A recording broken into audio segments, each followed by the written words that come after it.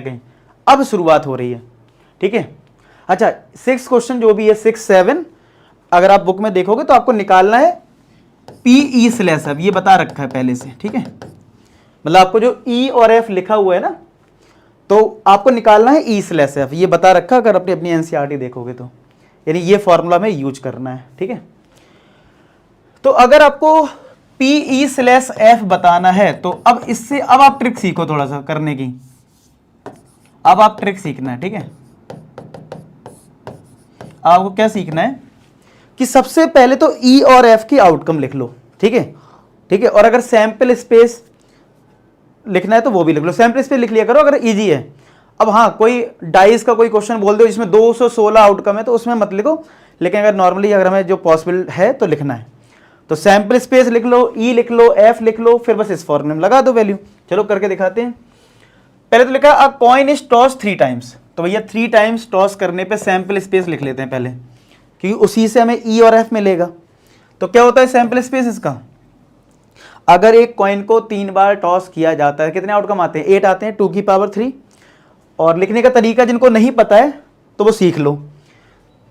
2 coin का outcome होता है head head, head tail, tail head, tail tail. 2 का तो पता ही है, नहीं पता तो ये है head head, head tail, tail head, tail tail. इन्हीं को दोबारा से कॉपी कर दो, यानी कि head head, head tail, tail head, tail tail. शुरुआत के 4 आउटकम को हेड दे दो, ठीक है, शुरुआत के 4 आउटकम को हेड दे दीजिए, लास्ट के 4 आउटकम को टेल दे दीजिए, 4 आउटकम को टेल दे दो, बन गए 8 आउटकम्स। ऐसे लिख के रख लिया। अब एक एक करके पार्ट करते हैं। फर्स्ट पार्ट करते हैं पहले। फर्स्ट पार्ट में E बोला है, E एक इवेंट है, उसमें क्या बोला है, हेड ऑन थर्ड टॉस, यानी जो तीसरी बार टॉस किया गया है, यानी जो थर्ड पोजीशन है उसमें हेड, क्या लिखा है, हेड ऑन थर्ड टॉस। तो थर्ड टॉस में तीसरे नंबर पे जहां जहां हेड आ रहा होगा, तो देखो 1 2 3 इसमें भी आ रहा है तो इसका आउटकम H H H हो जाएगा, और इसमें भी आ रहा है तो H T H हो जाएगा, इसमें भी है T H H होगा और T T H होगा, यही होगा। इसमें तो है नहीं 3 में, तो 4 ही आउटकम आएंगे इसके।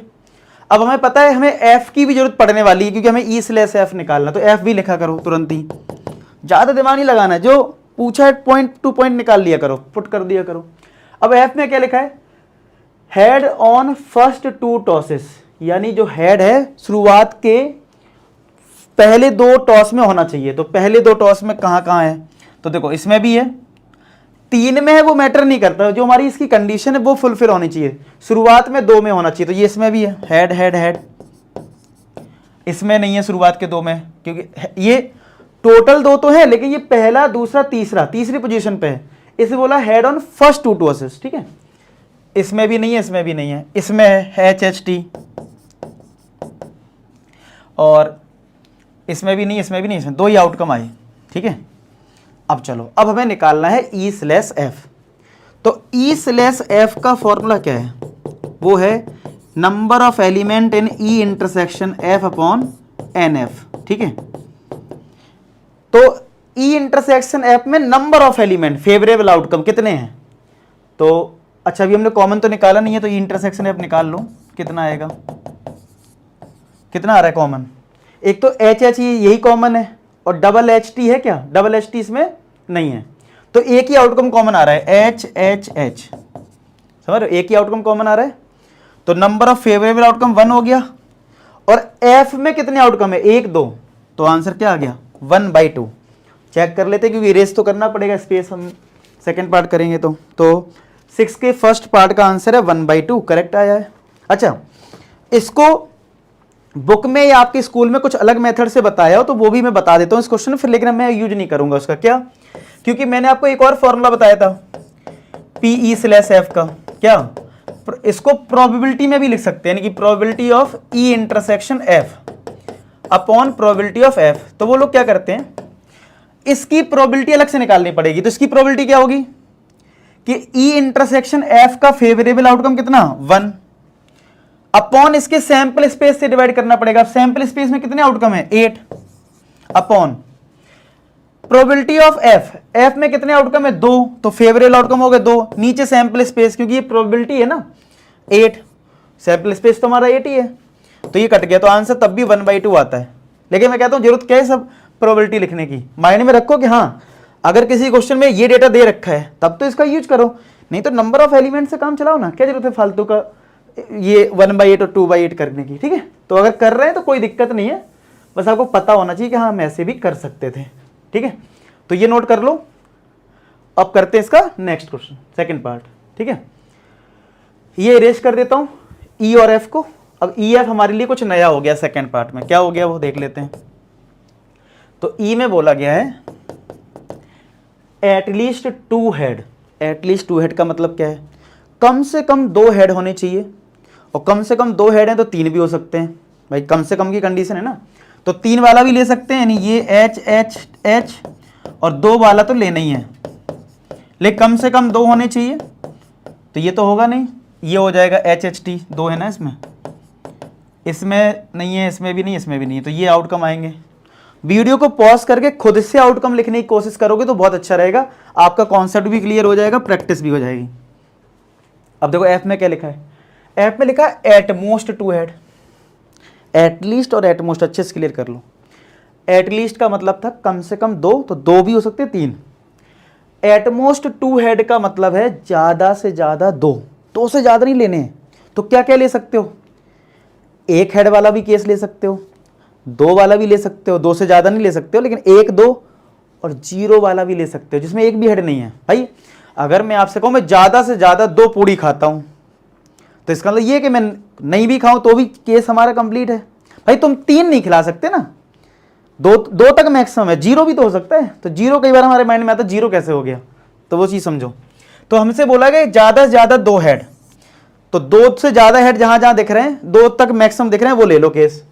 तो ये तो नहीं होगा, बस ये तो केस हो नहीं सकता, क्योंकि ज्यादा से ज्यादा 2 ही हेड लेने, यहाँ 3 है, ये हो जाएगा, ये हो जाएगा T H H, T T H हो जाएगा, 1 हेड है इसमें, एच एच टी हो जाएगा, एच टी टी भी हो जाएगा, टी एच टी हो जाएगा, और टी टी टी हो जाएगा, क्योंकि इसमें 1 भी हेड नहीं है। तो ज्यादा से ज्यादा 2 हेड होना चाहिए, तो 1 भी नहीं है तब भी चलेगा। ठीक है, 1 नहीं है तब भी चलेगा, ये चीज थोड़ा ध्यान रखना। तो अब हमें पता है हमें फॉर्मूले के अकॉर्डिंग इंटरसेक्शन चाहिए होगा, तो क्या इंटरसेक्शन में आएगा?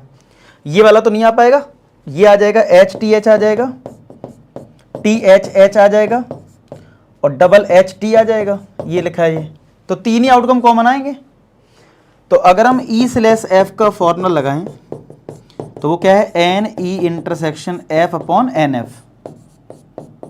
तो इंटरसेक्शन में कितने एलिमेंट हैं? 3, और एफ में कितने हैं? 1 2 3 4 5 6 7, तो आंसर क्या आएगा? 3/7। नोट करो, चेक कर लेता हूं मैं, 6 का सेकेंड पार्ट 3/7 यही दे रखा है। ठीक है, नोट कर लो इस चीज़ को।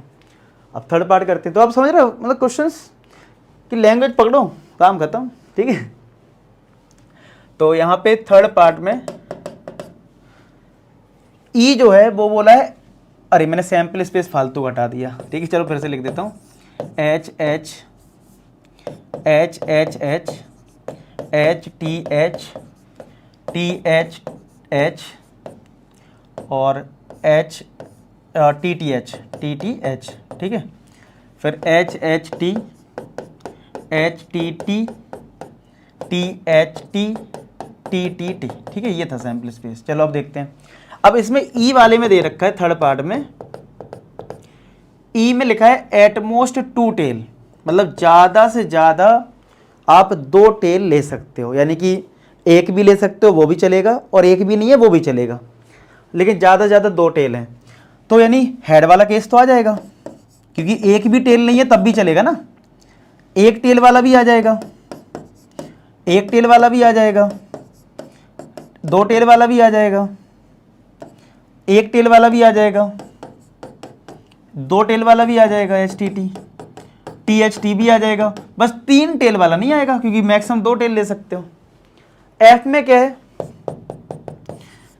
कम से कम 1 टेल आना चाहिए, कम से कम, तो अगर कम से कम 1 टेल आना चाहिए तो 1 भी तो आएगा, 2 भी आ सकते हैं, और 3 भी आ सकते हैं, यानी एक टेल भी आ सकता है, 2 टेल भी, 3 भी, यानी ये वाला केस छोड़ दिया जाए, बाकी सब आ सकता है, क्योंकि इन सब में कहीं ना कहीं टेल तो है ही ना, एक टेल तो है या एक से ज़्यादा है, तो ये सारे आउटकम लिख दो। तो इसलिए सोच के समझ के अपने, अगर आउटकम तुमने सही लिख दिए तो फिर आराम से चीज़ें हो जाएंगी।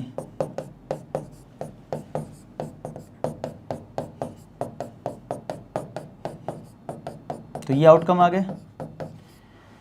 अब इन दोनों में कॉमन देख लो क्या है। देखो ये वाला आउटकम तो इसमें नहीं है, तो कॉमन तो नहीं हो पाएगा। ये देखो कॉमन है, HTH, THH भी कॉमन है, TTH भी कॉमन हो गया, HHT भी कॉमन हो गया, HTTT भी कॉमन हो गया, THT भी हो गया कॉमन। ये नहीं आ पाएगा कॉमन में, ठीक है। तो अगर मैं फॉर्मूले की बात करूं E इंटरसेक्शन F की, तो वो क्या होता है, N E intersection F upon NF। अब E और F में कॉमन कितना है, 1 2 3 4 5 6, 6 आउटकम है, अपॉन F में कितने आउटकम है, 1 2 3 4 5 6 7, तो 6/7 आएगा इसका आंसर। चेक करते हैं, 6/7 है, 6 के थर्ड का आंसर करेक्ट आ गया। क्लियर है सबको, समझ में आ रहा है? तो ये नोट कर लीजिए, फिर हम लोग करते हैं नेक्स्ट। और मैं बार बोल रहा हूँ, वीडियो को पॉज करके खुद से पहले आउटकम लिखो और समझने की कोशिश करो एटलीस्ट का क्या मतलब है, एटमोस्ट का क्या मतलब है, तो आपके सही आउटकम